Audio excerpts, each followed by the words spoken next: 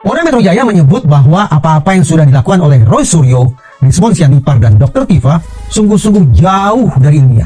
Metodologi yang digunakan oleh tiga ilmuwan itu dipertanyakan. Bahkan etika mereka pun dipersoalkan. Semua orang berhak untuk melakukan analisa, menggunakan suatu aplikasi, suatu edukasi keilmuan, silakan. Tetapi tadi yang disampaikan oleh Direktur, ini adalah harus berdasarkan keilmuan, akademis, dan saintifik. Bersertifikasi, ada sertifikasinya, seperti yang dilakukan oleh penyidik menggunakan Puslapor Polri dengan ISO 17024 tahun 2017. Namun kalau kita balik, pada aspek apa gerangan metode yang dianggap bermasalah itu oleh Polda Metro Jaya? Sayangnya tidak terjawab. Dari pihak Polda tidak mengelaborasi apa bentuk kekeliruan metodenya, apa kesalahan metode yang sudah dilakukan oleh Roy Suryo dan kawan-kawan. Sayangnya Polda Metro Jaya tidak serinci itu menyampaikannya kepada kita. Nah, kita kembalikan lagi, kajian yang dilakukan oleh pihak-pihak tersebut, apakah sudah bersertifikasi? Orang yang melakukan itu adalah orang yang berkompetensi dan memiliki spesifikasi khusus nggak? Iya kan? Dia kan emang ahli digital forensik bukannya ya? Si Pak Roy Suryo itu, bahkan ada Rismond itu kan bukannya ahli, dia akademis ya? Boleh saja, tapi karena orang, apakah dia punya ijazah seperti itu? Ada sertifikat khusus tentang itu? Kan akan harus didalami. Jadi kalau mbak hanya klaim saja ya? Ya bisa dikatakan seperti itu. Satu momen sejarah yang selalu saja diperbincangkan mulai dari tingkat sekolah dasar sampai sekolah tinggi adalah 30 September 1965. Pertanyaan, siapa gerangan aktor yang mendalangi peristiwa jahanam itu? Ternyata kalau kita buka buku sejarah, paling tidak ada sekitar 5 atau 6 versi tentang siapa sesungguhnya yang harus bertanggung jawab atas peristiwa kelam itu. Menariknya, dari sekian banyak peneliti yang menghasilkan sekian banyak versi kisah tentang 30 September 1965, tidak ada satupun yang diseret ke ranah pidana. Lebih-lebih, tidak ada satu peneliti pun yang akhirnya dijebloskan ke dalam penjara. Semua peneliti, termasuk kita selaku penikmat sejarah, betul-betul merasa asyik menyimak kajian demi kajian, penelitian demi penelitian, perdebatan demi perdebatan yang penuh dengan intrik tentang peristiwa itu. Sesungguhnya itu yang saya harapkan dalam perdebatan tentang objek yang disebut sebagai ijazah Joko Widodo, tentang kasus tudingan ijazah palsu Joko Widodo. Saya berharap seluruh peneliti, baik itu Roy Suryo, Rismond Sianipar, Dr. Tifa, dan juga yang ada di kubu seberang yaitu Yosua Sinambela, semuanya akan terus-menerus menghasilkan kajian-kajian beradu pandangan tentang asli atau tidak aslinya objek yang disebut sebagai ijazah Jokowi itu. Namun sayang beribu sayang, hari ini ketika kita berbincang tentang objek yang disebut sebagai ijazah Jokowi, kita tidak lagi menyimaknya sebagai sebuah studi, tidak lagi memandangnya sebagai sebuah dialektika antar ilmuwan, tapi justru hal ihwal terkait dengan objek yang disebut sebagai ijazah Jokowi itu sudah terkunci sebagai masalah pidana, yang resiko akhirnya bisa saja mengirim seseorang atau beberapa orang ke dalam penjara dengan status sebagai narapidana.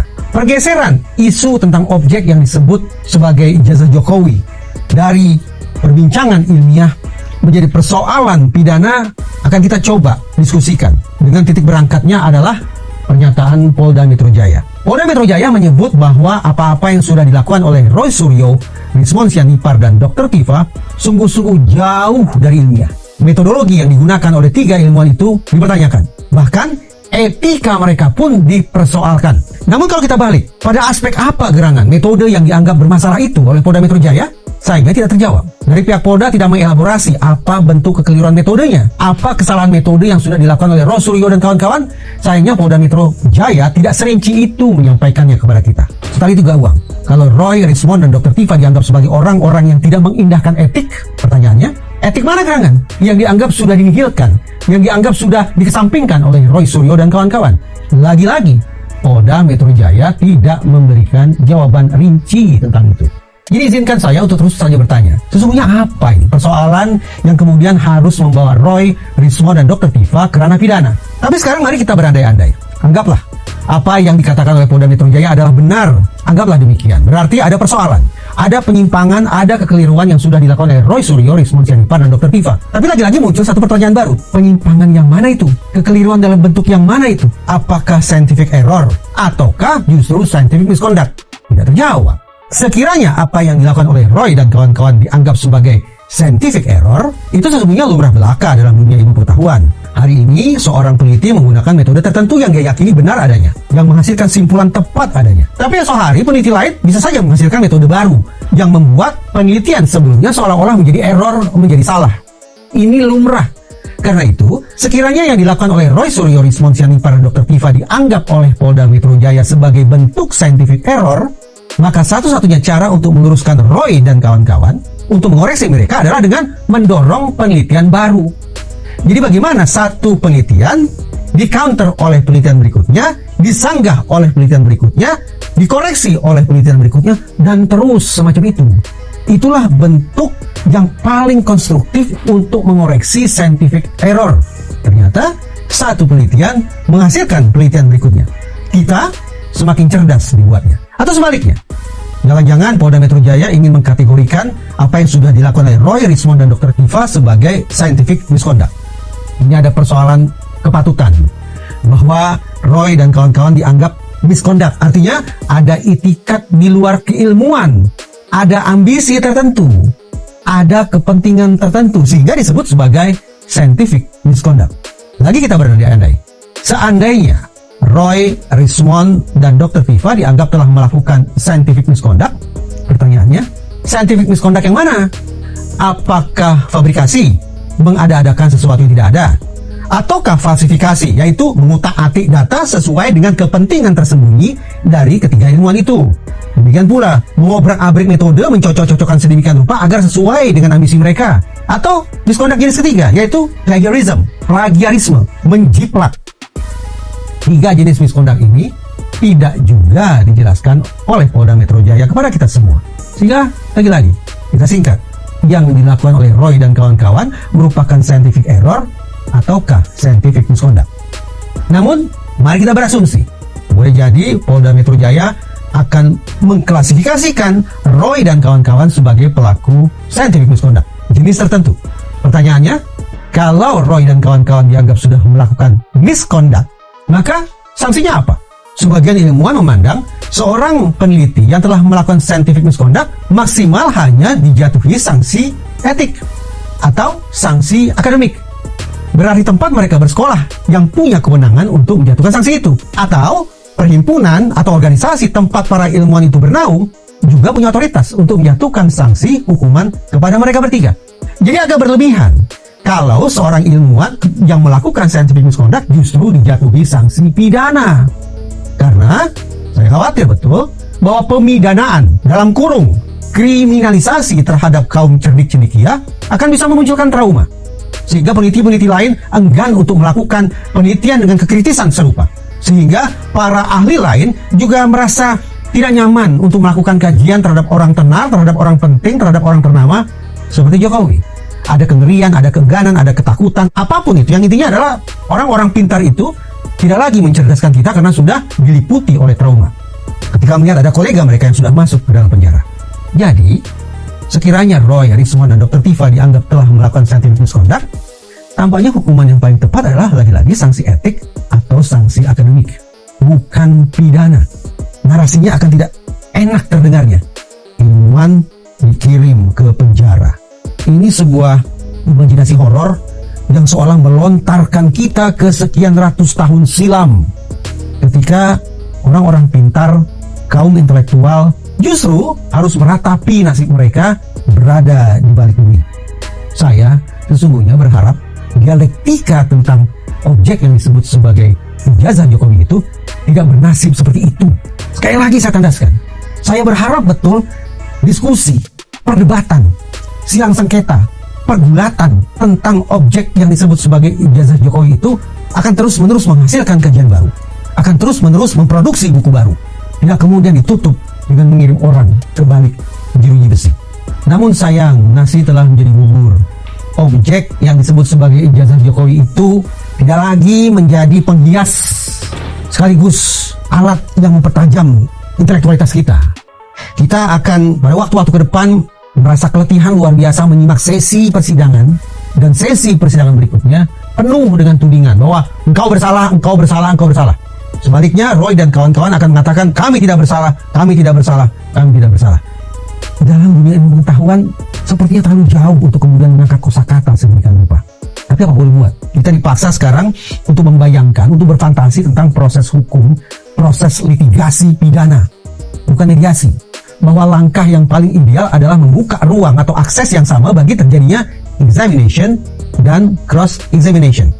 Kita mundur beberapa langkah. Ceritanya begini. Kita samakan persepsi ya. Pidana adalah sebuah proses hukum yang mengandalkan pada sistem adversarial. Adversarial artinya permusuhan. Jadi kita bayangkan ada dua pihak yang berhadapan-hadapan, yaitu pihak penasihat hukum berhadapan dengan jaksa penuntut umum. Penasihat hukum ini adalah representasi Roy Suryo, Rismond Sianipar, dan Dr. Tiva. Sementara jaksa penuntut umum adalah representasi Joko Widodo. Mereka akan bertarung, mereka akan bermusuhan di ranah pidana. Jangan lupa, dalam sistem permusuhan atau adversarial system semacam itu, ada klausa, yaitu confrontation clause. Artinya, kedua belah pihak memang diberikan kesempatan untuk bertarung, beradu pendapat, saling mempertanyakan satu sama lain. Mungkin orang akan mengatakan, kan sudah ada hasil uji forensik oleh Polri. Benar, saya hormati itu. Tapi satu garis bawah yang harus diberikan adalah tidak boleh ada a priori dalam proses penegakan hukum, termasuk di ruang persidangan. Maknanya bahwa apapun yang dihadirkan ke dalam ruang sidang dan dihadapkan ke majelis hakim, entah itu data, entah itu surat, entah itu tulisan, entah itu hasil uji forensik, entah itu sidik jari, entah itu uji DNA, entah itu lembaran ijazah, entah itu hasil digital, dan seterusnya, semua harus dibuka aksesnya bagi kedua belah pihak. Jadi, setelah jaksa penuntut umum menyerahkan hasil uji forensik yang dilakukan oleh polisi, sepatutnya majelis hakim memberikan kesempatan yang setara kepada para terdakwa, yaitu kepada Roy Suryo, Rismond Sianipar, dan Dr. Tiva untuk melakukan uji forensik versi mereka sendiri. Itu yang dimaknai sebagai examination versus cross-examination. Sehingga pada akhirnya nanti, di meja majelis hakim akan terhidang dua versi uji saintifik. Versi uji yang dilakukan oleh penyidik yang diserahkan oleh jaksa penuntut umum, dan versi uji yang dilakukan oleh Roy Suryo dan kawan-kawan. Nah, sekarang kita berbincang tentang lantas apa yang harus dilakukan oleh hakim. Setelah di meja hakim berserak sekian banyak lembaran kertas tentang hasil uji forensik terhadap objek yang disebut sebagai ijazah Jokowi itu, hakim harus melakukan apa? Ada dua hal yang bisa dipilih salah satunya oleh majelis hakim. Kita bicara standar. Standar yang secara historis bermula ketika ada seorang sarjana psikologi yang masuk ke ruang sidang dan mempertanyakan ketepatan proses penegakan hukum yang mengandalkan pada uji fisiologis manusia. Saya akan bicara tentang itu pada lain kesempatan. Tapi yang ingin saya katakan, ada dua standar, ada dua acuan yang bisa dipilih oleh hakim ketika berhadapan dengan hasil uji forensik. Catatan, hakim adalah sarjana hukum. Mereka kita asumsikan piawai di bidang itu. Tapi apa boleh buat? Saya memandang hakim-hakim kita tidak cukup punya kecakapan untuk memahami, mengkritisi, dan sekali lagi mengambil sintesis untuk disiplin non-hukum. Psikologi, telematika, digital, fotografi, medis, neurologi, dan ilmu-ilmu non-hukum lainnya tampaknya bisa kita anggap jauh dari cakrawala berpikir hakim. Karena itu, standar satu yang bisa dipilih adalah istilahnya Frye Standard. Kalau hakim-hakim yang menyidangkan Roy Suryo dan kawan-kawan nantinya menggunakan standar yang satu ini, maka pekerjaan hakim relatif sederhana. Sebagai gatekeeper, perannya relatif pasif, yaitu sekedar memilih. Tentu saja harus berangkat dari keyakinan. Metode yang digunakan oleh Puslap for Polri kah? Atau metode yang digunakan oleh Roy Suryo kah? Yang lebih populer, yang lebih diterima dalam komunitas keilmuan itu. Metode yang lebih populer itulah nantinya yang akan dijadikan sebagai dasar bagi hakim untuk membuat putusan. Kalau metode yang digunakan oleh Puslap for lebih diterima dalam komunitas digital misalnya, maka itu yang akan dijadikan sebagai dasar untuk mengatakan ijazah Jokowi asli. Tapi kalau ternyata metode yang diterapkan oleh Roy Suryo dan kawan-kawan jauh lebih populer, jauh lebih diandalkan oleh komunitas digital dan sejenisnya, maka simpulannya adalah ijazah Jokowi palsu adanya. Itu Frye Standard. Sekarang kita pindah ke standar yang kedua, yaitu Daubert Standard. Nah, kalau hakim-hakim nantinya memilih untuk menerapkan standar yang satu ini, maka kerja mereka akan lebih keras. Mereka harus lebih tekun, mereka harus lebih telaten, mereka harus lebih pintar untuk memahami disiplin non-hukum. Karena mereka, hakim-hakim ini, yang akan mengkaji betul metode-metode ilmiah yang sudah diterapkan jaksa maupun diterapkan oleh Roy Suryo. Dicek publikasinya, ditakar ketepatannya, di reliabilitasnya, validitasnya, dan seterusnya. Itu akan membuat hakim akan lebih bersusah payah kalau menggunakan Daubert Standard. Lagi pula, maaf kata ini, kok saya tidak begitu yakin ya, ada alokasi waktu yang cukup bagi hakim kita untuk meneliti cermatnya dua versi uji saintifik yang sudah dilakukan oleh jaksa maupun Roy Suryo dan kawan-kawan. Itu dari sisi alokasi waktu. Demikian pula dari sisi kompetensi dan pengertian kecakapan kerja. Sejak kuliah di Fakultas Hukum, apa iya hakim-hakim kita belajar tentang digital, tentang telematika, tentang fotografi, tentang neurologi, tentang otak manusia, tentang ilmu-ilmu non-hukum lainnya? Saya skeptis. Sungguh saya skeptis. Karena itu, dengan segala hormat saya ke otoritas yudisial kita, apapun putusan hakim nantinya, tanpa maksud saya untuk berpihak ke kanan atau ke kiri, kontra kanan atau kontra kiri, izinkan saya untuk skeptis, izinkan saya untuk ragu bahwa putusan hakim atas nasib Roy Suryo, Rizwan Sianipar, dan Dr. Tifa tampaknya justru akan meragukan kita semua. Dan kaum cerdik cendekia pun akhirnya punya alasan untuk bertanya-tanya, majelis hakim yang mulia, wakil Tuhan, adalah betul-betul pengadil sejati atau sebatas pseudosaintis alias ilmuwan semu belaka? Media, ya sebenarnya petunjuk kuat, ya indikasi kuat yang kami terakhir ini kami paling ragukan adalah pada sidang KIP 17 November 2025 ya, di Komisi Informasi Pusat.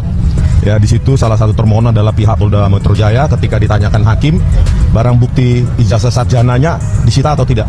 Nah, di situ pihak Polda Metro Jaya ya pada 17 November 2025 menyatakan bahwa barang bukti yang kami sita adalah transkrip nilai sarjana muda untuk keperluan yudisium sarjana muda. Sementara yang kami analisis, kami kaji secara ilmiah adalah ijazah yang dikatakan sarjana penuh dari UGM. Ini kan sudah mismatch. Ya, oleh karena itu permintaan kami kepada Polda Metro Jaya ya untuk ada setidaknya 4 dokumen yang akan dilakukan uji forensik secara independen. Kita punya sejumlah lembaga yang punya kemampuan untuk itu, saya tidak perlu sebutkan ya.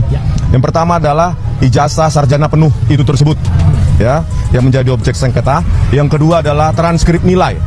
Ya, transkrip nilai yang ditampilkan oleh Dirtipidum pada 22 Mei 2025, yaitu tanpa otoritas dekan, pembantu dekan, tanpa tanda tangan, tanpa nama, tanpa stempel, dan tulisan nilainya tulisan tangan, dan tanpa ada daftar mata kuliah pilihan.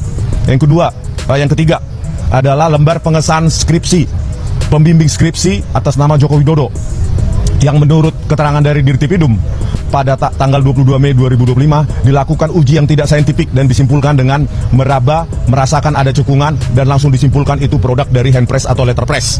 Sementara kami membuktikan secara ilmiah bahwa itu adalah produk dari Digital World yang ada sejak 1992 justru. Terus yang keempat, jika ada, maka kami ingin dokumen sertifikat KKN dan laporan KKN juga diuji forensik. Jadi 4 dokumen tersebut itu menjadi pointer sangat penting untuk dilakukan analisa. Berikutnya tanggapan saya kepada penjelasan Diplumas yang membuat kami sakit hati ya. Hanya dengan menanyai 20 ahli langsung disimpulkan buku JWP kami, Jokowi's White Paper, itu tidak ilmiah. Sekarang kepolisian sudah keluar dari arena permainan yang diatur undang-undang. Bagaimana mungkin ya sebuah institusi kepolisian itu melampaui tugasnya seolah-olah menjalankan tugas BRIN atau menjalankan tugas lembaga penelitian, menyimpulkan bahwa kami melanggar etik penelitian. Ya, bisa di search bahwa sejak tahun 2002, 2003, 2004 setelah saya lulus dari Magister Teknik Elektro UGM, saya sudah melakukan penelitian tentang citra digital atau citra diam. Itu bisa kalian search di jurnal Teknik Teknologi Industri Universitas Atmajaya Yogyakarta dan 2 jurnal lain di jurnal Teknik Informatika dan Teknik Elektro Universitas Kristen Petra Surabaya. 23 tahun yang lalu saya sudah menekuni bidang ini. Bagaimana mungkin hanya 20 ahli tersebut ditanyai langsung kita itu bukan ahli? Memangnya ahli butuh syarat apa? Harus nomor induk? Peneliti itu tidak butuh biarkan pembaca yang menilai, itu hasil penelitian. Dan kalau ingin membantah, dulu dosen saya di Teknik Elektro UGM ya, 2 orang, keduanya sudah almarhum, Profesor Dr.